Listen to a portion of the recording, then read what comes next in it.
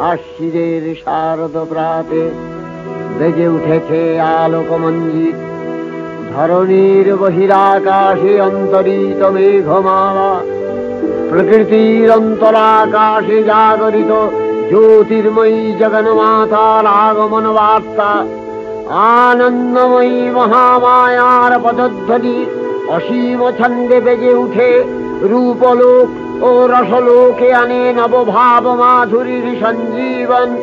তাই আনন্দিতা শ্যামলী মাতৃকার চিন্ময়ীকে মৃন্ময়ীতে আবাহন। আজ চিৎশক্তি রূপিণী বিশ্বজননীর শারদশ্রী বিমণ্ডিতা প্রতিমা মন্দিরে মন্দিরে ধ্যান বোধিতা।